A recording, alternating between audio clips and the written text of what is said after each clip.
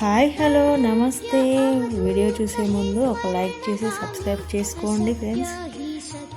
ఈ నెల జనవరి 25వ తారీఖున మనకు శనివారం నాడు శక్తిల ఏకాదశి వచ్చింది. శనివారంలో కలిసి వచ్చే ఏకాదశి చాలా పవిత్రమైనది. ఈ ఏకాదశి రోజున వెంకటేశ్వర స్వామిని పూజిస్తే మీ జీవితంలో ఉన్న కష్టాలన్నీ తొలగిపోయి మీ ఇంటికి విపరీతమైన ధనలాభం సిద్ధిస్తుంది. ముఖ్యంగా ఈ ఏకాదశి రోజున ఖచ్చితంగా నువ్వులను ఉపయోగించాలి.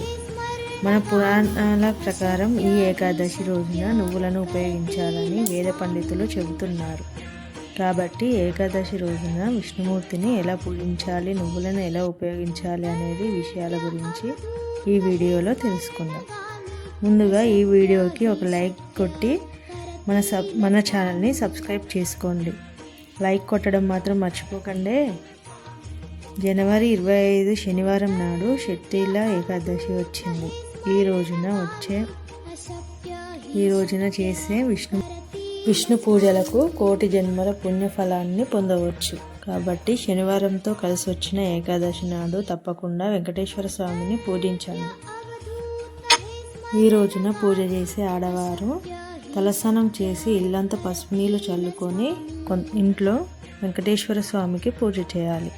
అయితే ఈ ఏకాదశి రోజున స్నానం చేసేటప్పుడు నీటిలో కొన్ని నువ్వులు వేసుకొని స్నానం చేయండి. శక్తిల ఏకాదశి రోజున ఇలా స్నానం చేస్తే జన్మల దరిద్రాన్ని తొలగిపోయి మీ జాతకంలో అదృష్టం కలిసి వస్తుంది. జీవితంలో ఆటంకాలు ఎదురుకాకుండా ఉంటాయి.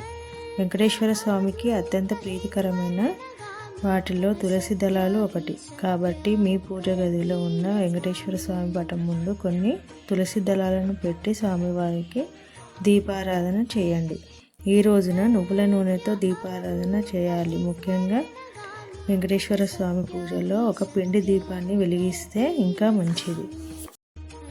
ఇలా స్వామివారిని పూజించేటప్పుడు ఓం గోవిందాయ నమః అనే మంత్రాన్ని చదవండి.